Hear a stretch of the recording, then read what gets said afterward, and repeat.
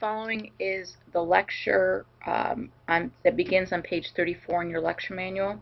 It corresponds to Lecture 8, ECG and Cardiac Arrhythmias. A cardiac arrhythmia is classified as any cardiac rhythm that's different from a normal sinus rhythm, and we will be looking at what a normal sinus rhythm, but that's what the definition of a cardiac arrhythmia is. It could be a result of any disturbance in rate, regularity, the site of origin, or the conduction of the impulse. So there's a large range of arrhythmias. We will only cover some of the major arrhythmias. There's a lot more out there. We're just going to cover some of the main ones. The various arrhythmias can range from being very benign to very dangerous. So I want you to realize, if you have a cardiac arrhythmia, it does not necessarily mean it's dangerous. Bradycardia is considered an arrhythmia. Most people, if you're an athlete, would not consider that dangerous. The signs and symptoms of arrhythmias can range from having palpitations, where someone's aware of their own heartbeat. They can be lightheaded. They can experience syncope, angina, which is kind of chest pains, or it even can result in sudden death. So there is obviously some very dangerous arrhythmias. The sinus rhythm, just so you're aware again, anything that differs from a normal sinus rhythm is classified as an arrhythmia. I want to make sure you understand what a sinus rhythm is. A sinus rhythm means that the electrical activity has begun in the normal pacemaker of the heart, which would be the SA node, found up here in the right atria. The sinus rhythm is a regular rhythm. The rate would correspond to anywhere from 60 to 100 beats per minute, because that is the spontaneous depolarization rate of the SA node. The distance between the P waves and the R waves, if you were, say, using the BioPAC in lab and asked the BioPAC to measure heart rate, they would be identical, because the atrial rate should be identical to a ventricular rate in a normal sinus rhythm. You'll notice that the P waves are all normal and upright. They're all followed by a QRS complex. That is pretty much your normal sinus rhythm. When we start looking at different rhythms, you have to realize how they diagnose various cardiac rhythms. An atrial rhythm. If you want to look at the atrial rhythm, you would look at the PP interval, or the distance between the P waves. To look at the ventricular rhythm, you need to look at the RR interval, or the distance between the R waves. Now remember, in a normal sinus rhythm, that the atrial rhythm and the ventricular rhythm should be identical. In some arrhythmias, they will not be the same. You can also look at AV conduction. That's the atrioventricular node. When they're talking about AV conduction, you need to look at the PR interval. You can also may observe some unusual configurations when looking at an EKG. So this is what you'll just look for: weird shapes, and we'll show you a few examples today. The different abnormal sinus rhythms, or I should say abnormal cardiac rhythms, can originate from the SA node. They're not very common, but there are some that originate from the SA node. You have some abnormal cardiac rhythms that come from a region around the AV node. Now, the AV node is extremely sensitive to any disturbances in blood supply. Now, the blood supply to the AV node is often compromised in coronary artery disease and in some autoimmune diseases. So this is kind of a common one that we may see. You may have an abnormal rhythm that originates within the Purkinje system. Remember, the Purkinje fibers are within the ventricles. And you may also have ectopic foci.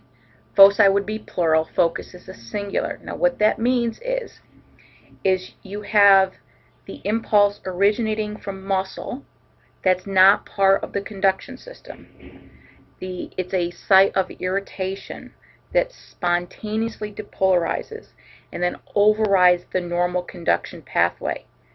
Think of it as an area in the myocardium that becomes extremely excitable and then discharges an impulse that causes a premature beat.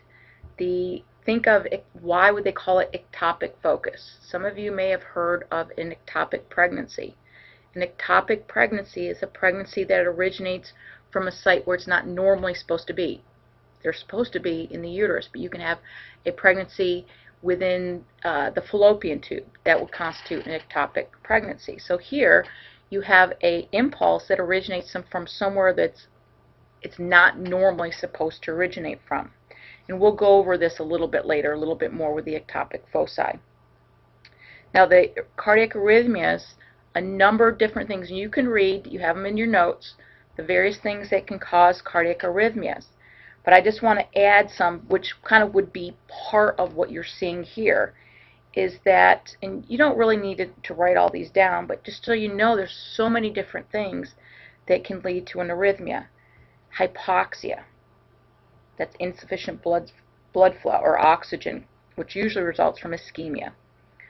Ischemia, sympathetics or excess sympathetic activity, various drugs, electrolyte imbalances, stretch. There's so many different things that can lead to cardiac arrhythmias.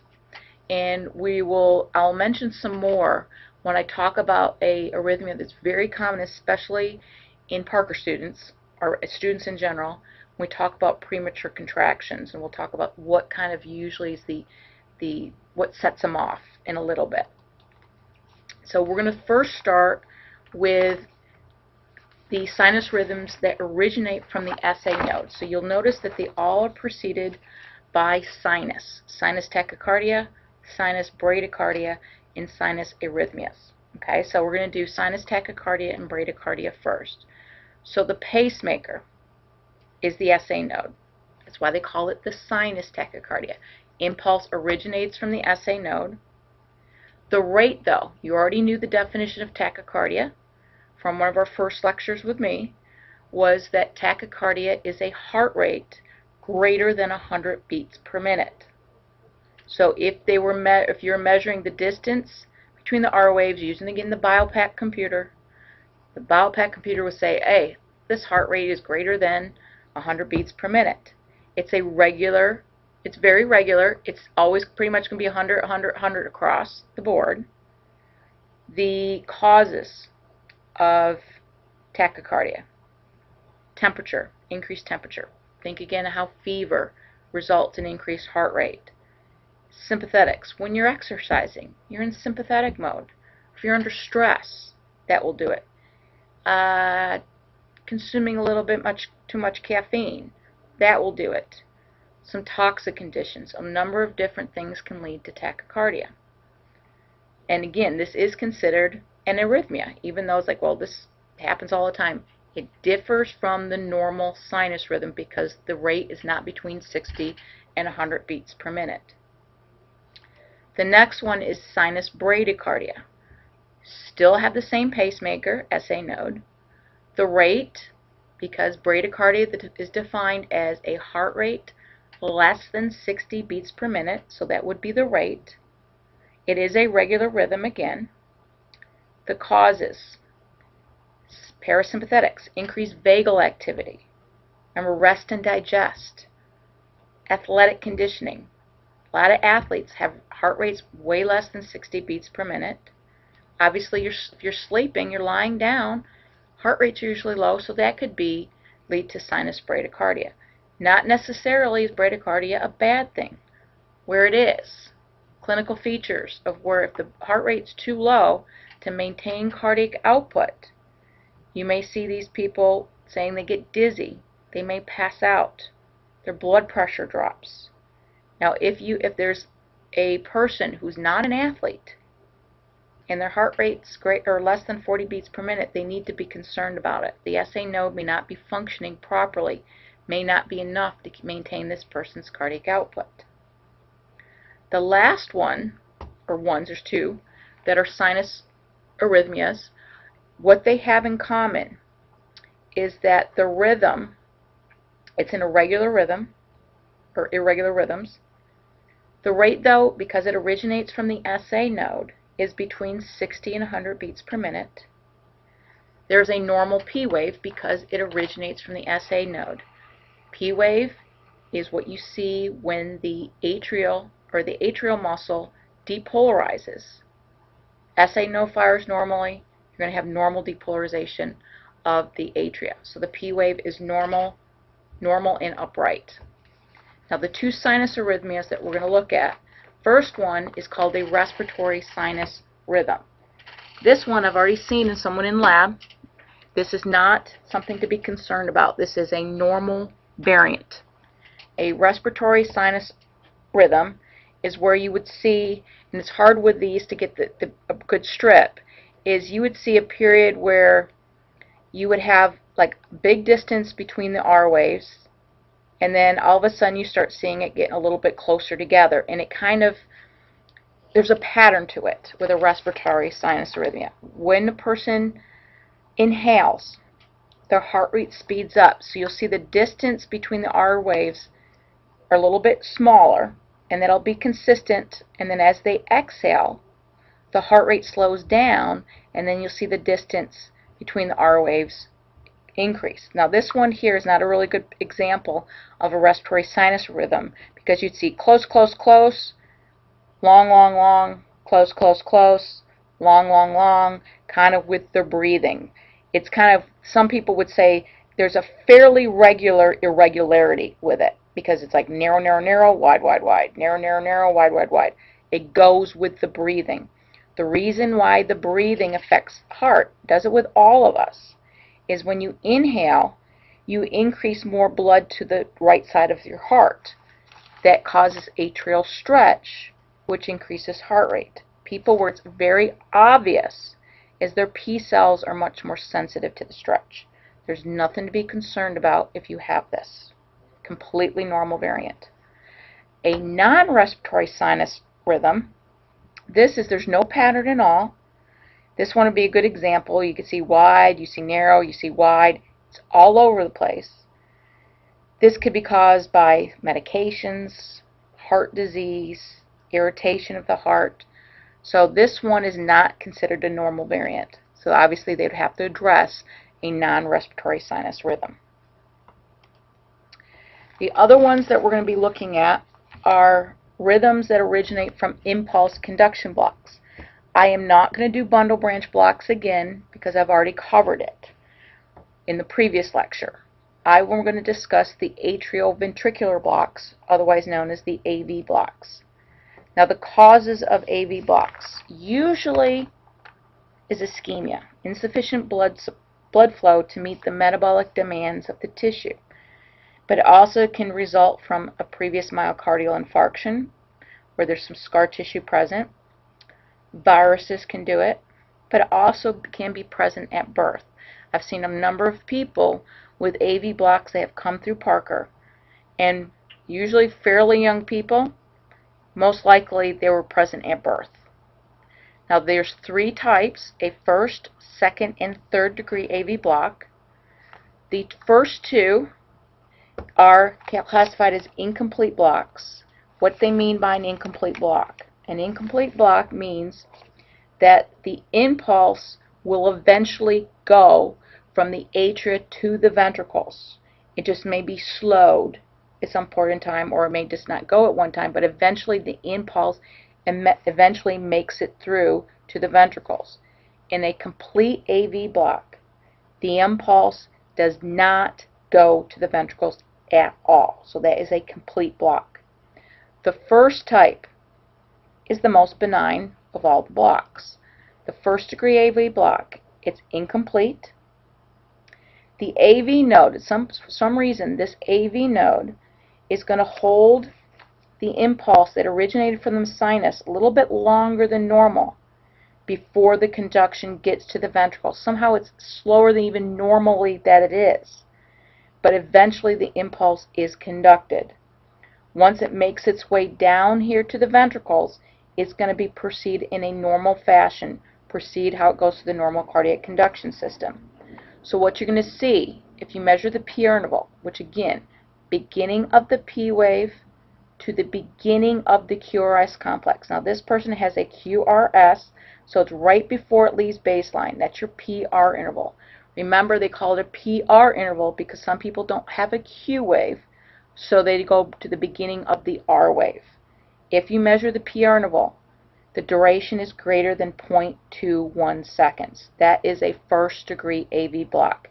And all the way through the strip, the PR interval is the same. If it's 0.22 seconds, it's 0.22 seconds all the way through the strip. So they're all going to be the same. The ventricular rate will be still completely normal. The atrial rate, pretty much normal. The biggest thing that you're going to see is the PR interval is a little bit longer.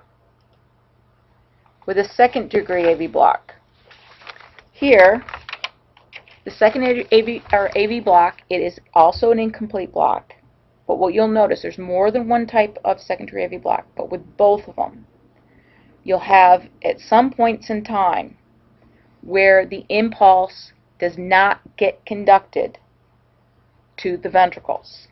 So you will always have more P waves on the strip than you have QRS complexes. So on this one you see PQRST, PQRST, and then a lone P wave, not followed by a QRS complex. So at that point where that lone P wave was, the SA node fired, the impulse made its way to the atria, it stopped at the AV node, decided not to conduct the impulse.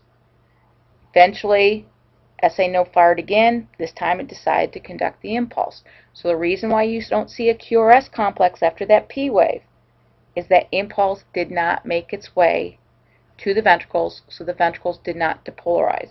So you have it alternates between conduction and non-conduction. There are two types of second degree AV blocks.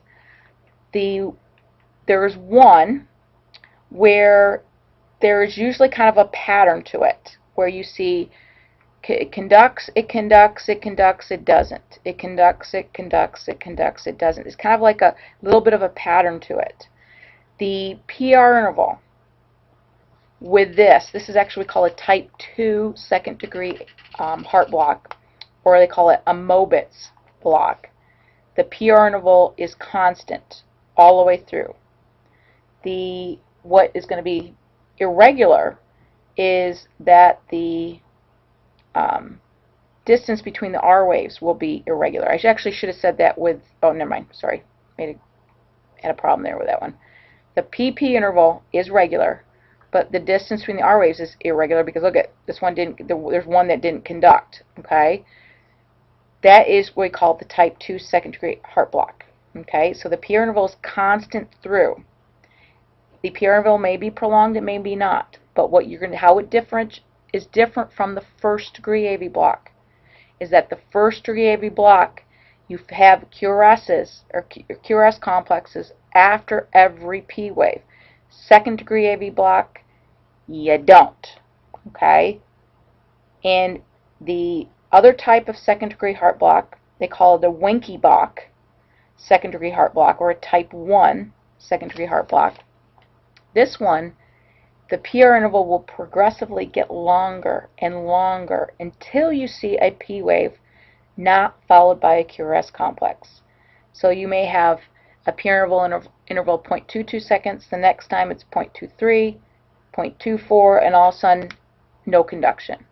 So the PR intervals are not constant across. Believe it or not, that one, the Wenckebach, is relatively benign. The type 2 is considered more serious. The type 2 can lead to a third degree AV block. So again, I know a lot of people have a problem with the second degree AV block. How you differentiate a second degree AV block from a first degree AV block. A second degree AV block will always have more P waves than QRS complexes. There is periods of where it will not conduct. With a first-degree AV block, the PR intervals are prolonged, but they're constant throughout the recording. In a type 2 or a type 1 second-degree AV block, you have your PR intervals, which are not going to be necessarily, in the case of the one kind, the type 2, the PR interval may not be prolonged.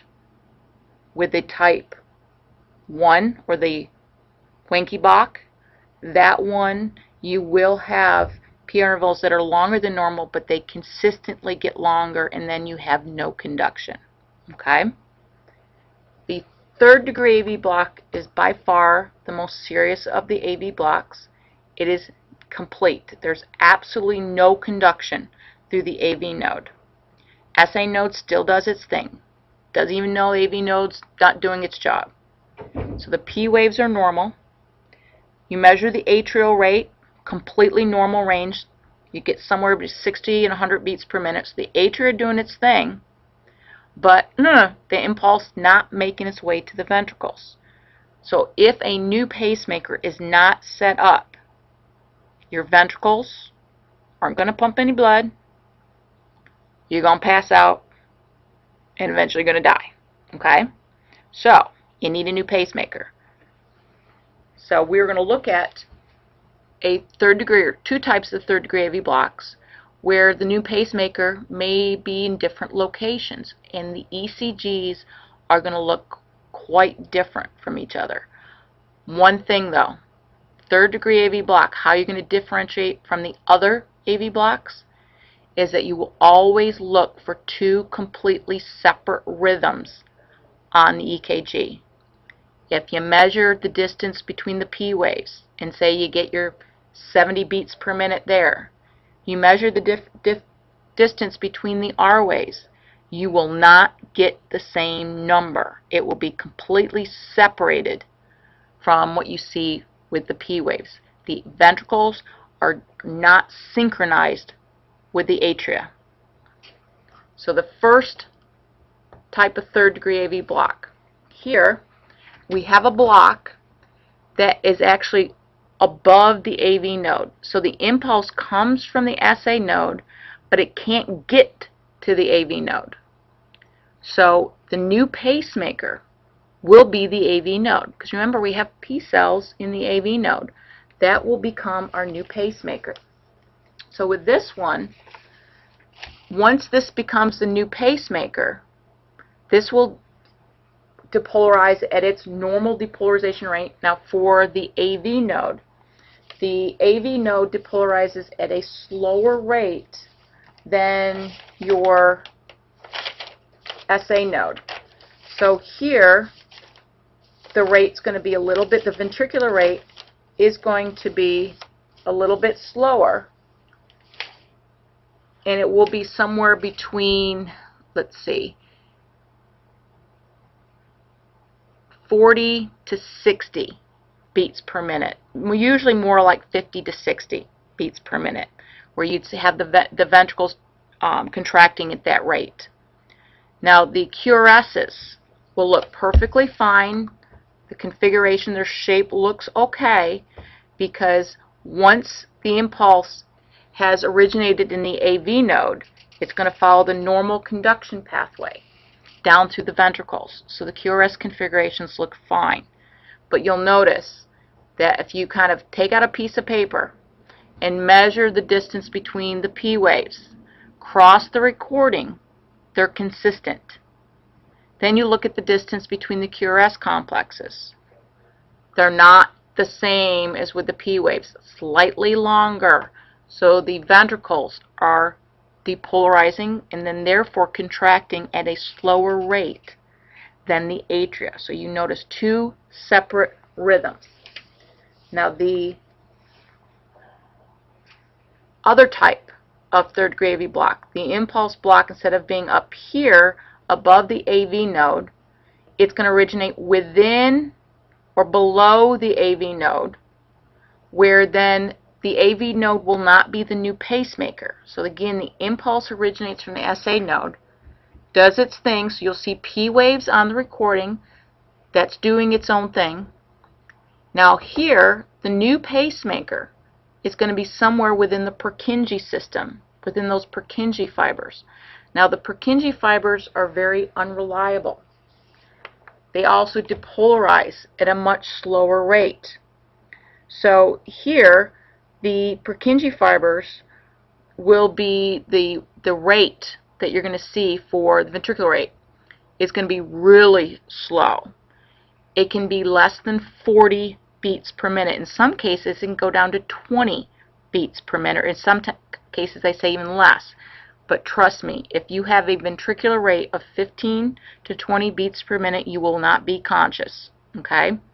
So the ventricular rate is much, much slower. And if you notice this tracing, it was so slow we can only get one of the QRSs on the recording. And these, just as you know, these were hand-drawn, so they're not the most beautiful, but we try our best. Okay? Here, what also you'll notice is look at the QRS complex. It's weird. It's bizarre looking. It's not normal because we're not following the normal cardiac conduction system within the ventricles. So we're pretty much, the impulse is kind of going myocyte to myocyte. It's a little bit slower than normal. Okay? And so the QRS complex is going to be prolonged looking. What you'll also notice is that your T wave will be in opposite direction than the R wave. So in this example, you see the R wave is up, the T wave is down. Okay, so it's in the opposite direction, because if the ventricles take way too long to depolarize, you'll start to see T waves switch their direction, what they normally are. Normal, when we look at your normal sinus rhythm, a standard limb lead 2 ECG, you always have the T wave upright. But you can start seeing the T wave invert if depolarization has taken way too long. And so you see here a T wave in the opposite direction of this R wave that you see on this recording. And again, what you'll notice, two separate rhythms. You have an atrial rate. You can measure the distance between the P waves. That's constant. Somewhere the range is going to be between 60 and 100 beats per minute. The distance between the R waves is going to be much longer than you see with the P waves. The rate will be somewhere probably less than 40. So I think sometimes we put somewhere between, maybe some places will say like 40 to 50. But I like to go more on the 40 side. But for study purposes, I want you to say if we have a third degree AV block below the AV node, usually the ventricular rate is going to be between 30 and 40 beats per minute. If you have a third degree AV block that originated above the AV node, you'll have a ventricular rate of somewhere between 50 and 60 beats per minute. Now, some terminology when we talk about the third degree AV block is the fact that these are escape rhythms. Those you have the two rhythms you have on the EKG. You have a sinus rhythm. That's your normal P waves that you saw across. But then you have an escape rhythm. The escape rhythm can be called an AV nodal or junctional escape rhythm if that block originated above the AV node and the AV node became the new pacemaker. So this is where you think of as the new rate, the ventricular rate. The rate that the ventricles are depolarizing and eventually contracting is going to be between 50 and 60 beats per minute. If the block originated below the AV node, the Purkinje system will be the new pacemaker. We will consider that escape rhythm as a Purkinje or a ventricular escape rhythm, and the rate would be somewhere between 30 and 40 beats per minute, but I've seen it even less than that, but that's kind of the good average range to remember. Now we're going to do something called, we're just going to do just one example of something referred to as a pre-excitation syndrome. So think of it as a condition and where you excite something before you were supposed to. And a good example of a pre-excitation syndrome is what they call Wolff-Parkinson-White syndrome. This is very common. There are a lot of famous people with Wolff-Parkinson-White syndrome. There are a lot of students with Wolff-Parkinson-White syndrome. And we have actually had a number of students that come through Parker with this condition. We had one student that actually had it corrected, and we'll tell you why. And we've had other ones that they had it, didn't really cause them any problems, so they didn't really worry about it. Some people don't know they have it. They can have it for years and not cause them any problems. So Wolff-Parkinson-White syndrome, named after obviously 3 different people. Okay. Wolff-Parkinson-White, these people are born with an extra pieces of muscle that go from the atria to the ventricles. And it's atrial muscle, it's actually muscle, that it penetrates through the annulus fibrosus. It can be on one side of the heart, or it can be on both sides of the heart. Usually it's just on one side of the heart, but every once in a while you have people with more than one piece of atrial muscle that penetrates through the annulus fibrosus. Now remember, the annulus fibrosus is there to act as an insulator, where the impulse, when it originates from the SA node, travels down to the AV node, where we get slowing of conduction, so we have time for the ventricles to fill before the impulse makes its way to the ventricles and the ventricles begin to contract. Here, if I have the annulus fibrosus, the electrical activity that was way over on the all parts of the heart, or in that atria, is going to die out and not go right to the ventricles right away. The only normal pathway for that electrical impulse is to go through the bundle of His that penetrates that annulus fibrosus, allows you to get that delay. Now that piece of muscle that these people are born with has a name to it, and you need to remember this name. It's referred to as the bundle of Kent. So that bundle of Kent is the atrial muscle that communicates with the ventricle.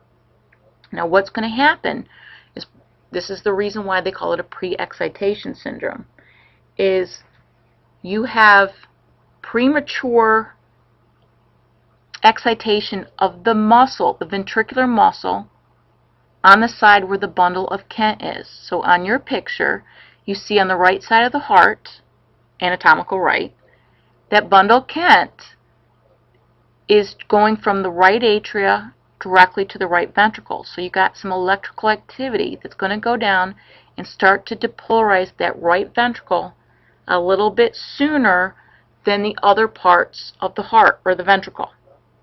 So you get early depolarization. And how do you notice that on an EKG? Well, you see what we call a delta wave.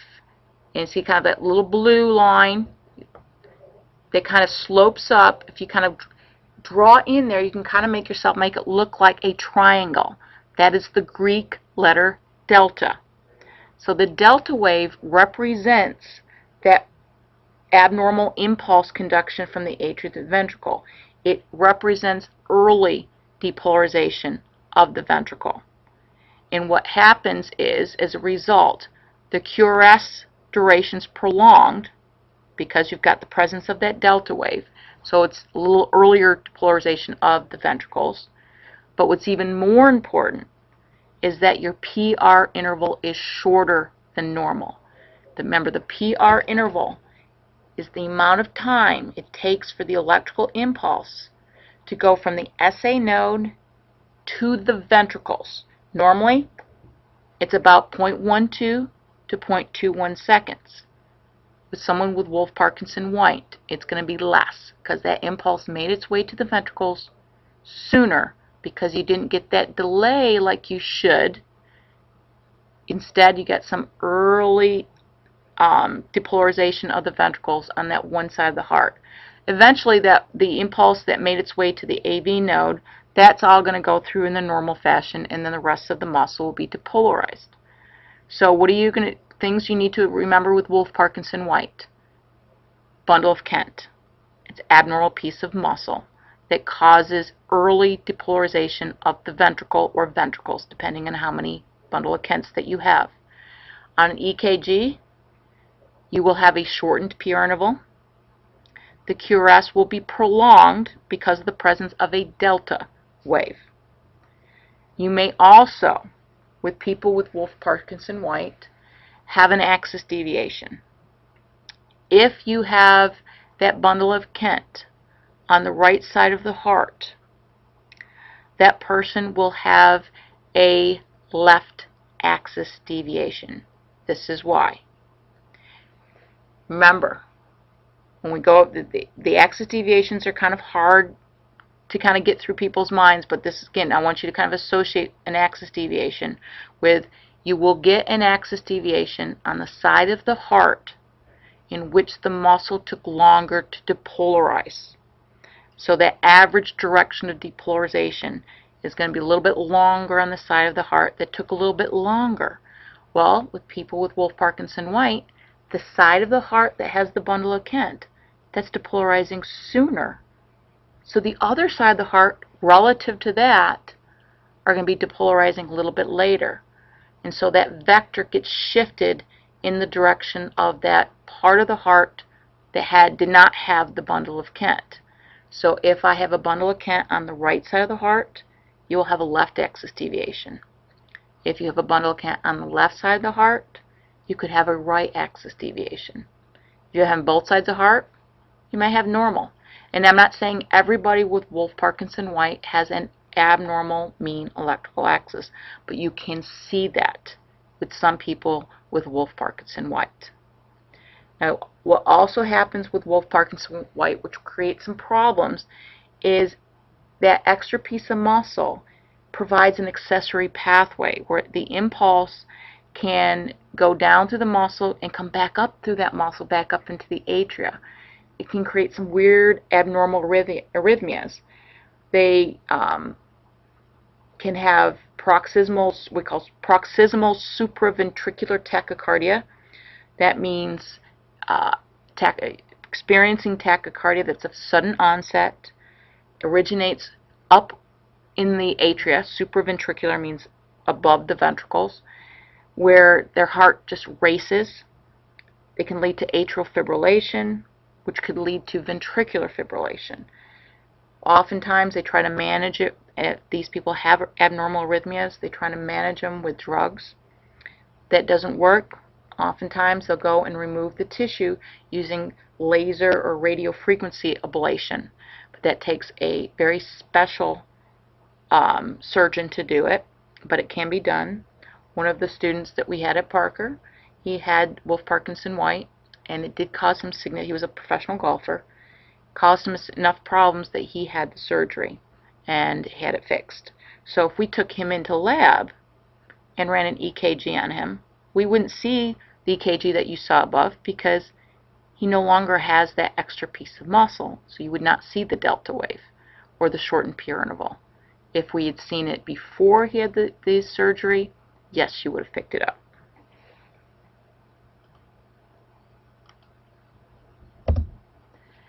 Now the next topic is premature contractions.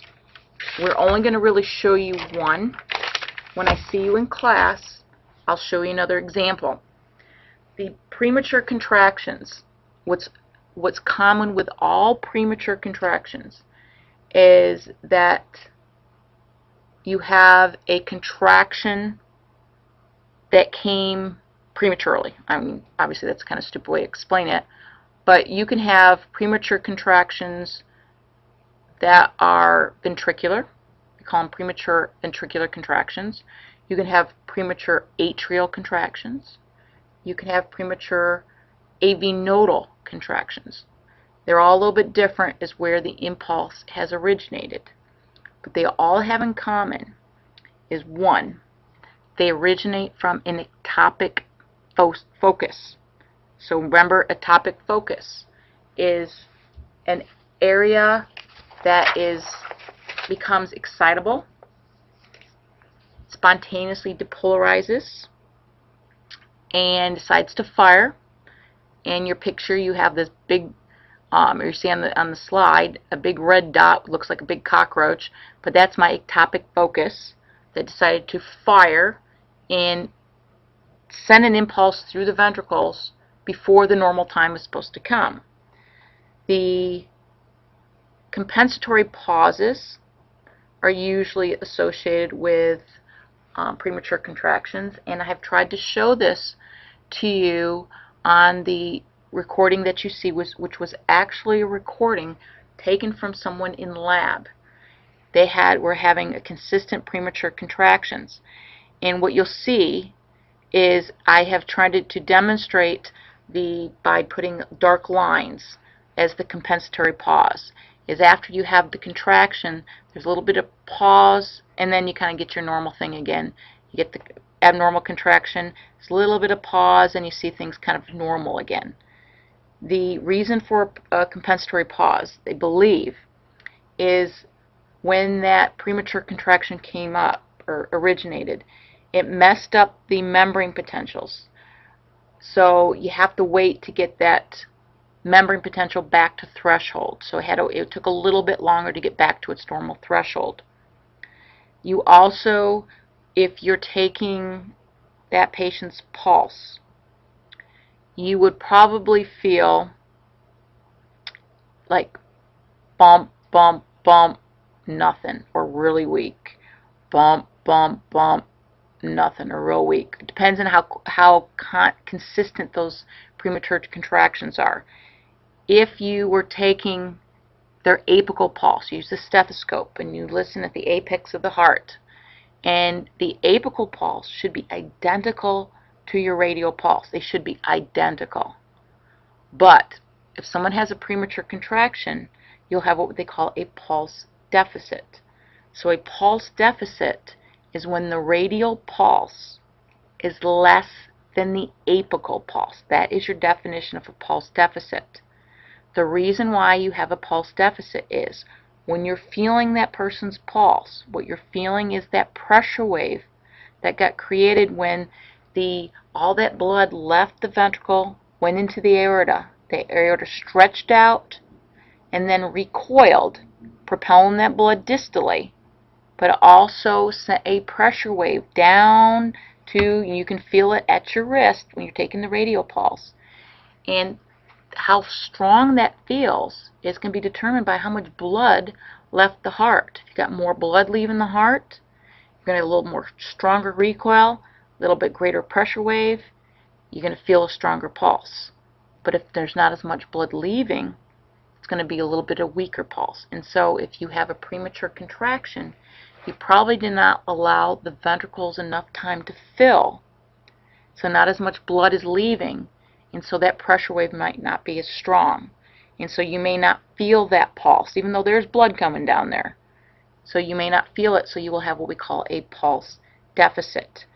I have a premature contraction. Mine are called premature atrial contractions. When they do come, they're consistent. And if you're feeling my pulse, you'd feel pulse, pulse, pulse, pulse, pulse, pulse. It just skips after every third heartbeat. You just feel it. And I can feel it with my pulse, or I can feel it when I do have it. When I do have my premature contractions, or when I did, I don't have them very often anymore, I got very lightheaded because my stroke volume wasn't sufficient enough, and my cardiac output was starting to drop, and so I would get very lightheaded.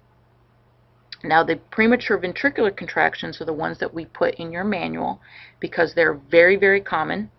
It's the most common ventricular arrhythmia. In your notes it says frequently a result of organic heart disease or digitalis intoxication, but it's not just that. That sounds something like it's bad. A lot of you will have premature contractions. I will see these in lab, especially if it's around practicals week, because one of the common things causing this is stress. If you have too much caffeine, not enough sleep,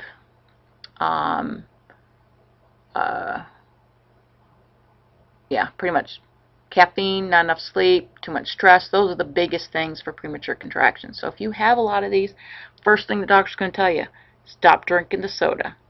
Stop drinking coffee. I had to give that up, but I'm drinking it again because I don't have any problems as much anymore. Stress. Obviously you have to deal with your stress, and you got to get some sleep. Okay? But I know it's kind of hard for you guys. But they'll tell you, if you get a lot of these, they're going to tell you. If they can't figure out what the cause is, they're going to say, hey, it's probably not enough sleep, stress, or the caffeine. Now the premature ventricular contractions, they stand out like you would not believe. Okay, the premature atrial contractions, I'll show you an example in class. They're a little bit harder to see, but these ones stand out. If you notice where I have the arrows, you have these weird looking things that just kind of, they're really big, kind of bizarre looking. What you'll see is you will have a QRS complex that is not preceded by a P wave. So you have right before these QRS complexes is you have a PQRST, but there is no P wave because the focus originated within the ventricles, not within the SA node, so there's going to be no P wave that precedes it. So you have a QRS complex that's not preceded by a P wave. It's bizarre looking. It will be wide, weird looking, and the T wave will always be opposite of the QRS complex. So if you have a R wave, if it's upright, your T wave will be inverted. Instead of having R, you had an S instead of an R. Your T wave would be upright. It's always in opposite direction. The QRS complex is also kind of very high voltage. It's kind of big. Okay? So it looks very strange. Now why is it so strange? Is the impulse originated somewhere within the muscle, and it's not working through the normal cardiac conduction system. So it's depolarizing the muscle next to it, which then depolarizes the muscle next to that. It's this slow. If you use the cardiac conduction system, things are fast. So the ventricular muscle is depolarizing slower than normal. So the QRS complex is a little bit longer than normal. Okay, it's going to be a little bit wider. The T wave is in opposite direction because, again, kind of as explained in an earlier arrhythmia, is that the slow conduction of the impulse through the muscle causes, well, I didn't explain this part earlier, but I'll say it to you now. If you've got really slow conduction of the impulse through the muscle fibers that depolarized first will then repolarize first. Normally, the muscle fibers that depolarize first are not the first to repolarize first. But if it takes them way too long to depolarize, they'll come out of their refractory period, they will repolarize, and you're going to get this T wave in the opposite direction. It'll look just weird looking. Okay? In lab, we will have an example of what I showed you with that third degree AV block, where you have the QRS is weird, you've got the T wave in opposite direction, and in lab we're going to have the person have an S. The T wave will be upright. So here's a good, probably maybe just reminded me, good exam question is, I like you sometimes to be able to tell me, how are things alike? What do they have in common? So how does a premature ventricular contraction, what does it have in common with a third degree AV block below the AV node? With both of those, you had bizarre QRS complexes with T waves in opposite direction. So that's something that they have in common. Now, last topic, these next few things that we're going to discuss all fall under what we call re-entry or circus movements. Re-entry or circus movements is where it's a condition in which the impulse comes back to a part of the tissue that was previously depolarized and decides to re-stimulate it again. And I was like, well, aren't we supposed to do that? But here, I want you to think of this. You got your SA node firing. Goes out. Impulse makes its way to the atria. You're doing your thing down at the AV node. Then what you're supposed to do is wait again for the SA node to fire again and do its normal thing. What prevents that impulse? You just had the impulse that's down lower by the annulus fibrosus to re-stimulate muscle that just depolarized a little bit further up, say in the SA node. Well, the reason why it doesn't get stimulated again is it's still in its refractory period. Remember, something's in a refractory period, you cannot re-stimulate it again. You want that. You want this nice coordinated contraction. Depolarize, wait a little bit, depolarize again. You want this nice, good pattern. Well, what happens is if something comes out of its refractory period and you have something right next to it that's electrically active, it's depolarizing, you're going to re-stimulate it again. And what you can end up with is things, and think what circus means. Circus or circular means in a circle. You can get this area that was previously depolarized, get repolarized again. That sends it down and comes back around and keeps going around in circles. And that's not going to give you nice coordinated contraction and control of that heartbeat. And so any of these causes you see, they all ultimately are linked to something coming out of its refractory period. So if you have one cause, a long pathway through the myocardium, think of ventricular hypertrophy or dilatation of a ventricle. If that ventricle is larger than normal, a little thicker than normal, it's going to take longer to depolarize that whole thing. And an area that was depolarized early on will come out of its refractory and get stimulated again, and will just go around in circles. If you have like a block in the Purkinje system or some electrolyte imbalances, that can affect conduction velocity. Certain medications can affect the refractory period, shorten that refractory period. Really severe tachycardia could also lead to a shortened refractory period. Some conduction blocks. A lot of those things can lead to reentry or circus movements. One of the things that can result from a reentry or circus movement is paroxysmal tachycardias. Now, paroxysmal means of sudden onset. All of a sudden it just comes on out of the blue, but then it goes away as suddenly as it came on. Tachycardia, you've got heart rates greater than 100 beats per minute. Now, these can originate from the atria, the AV node, or the ventricles, and they all have a specific look to them. I will show them to you in lecture. Okay, so don't worry about them right now. Just kind of have an idea what a paroxysmal tachycardia is. They're just a sudden onset. Your heart rate is way over 100 beats per minute, and they go away. Some of them can be bad.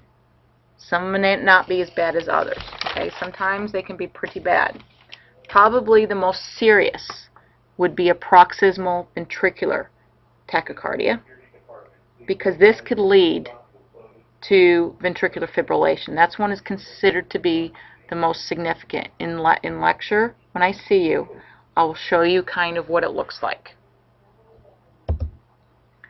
Now, atrial flutter.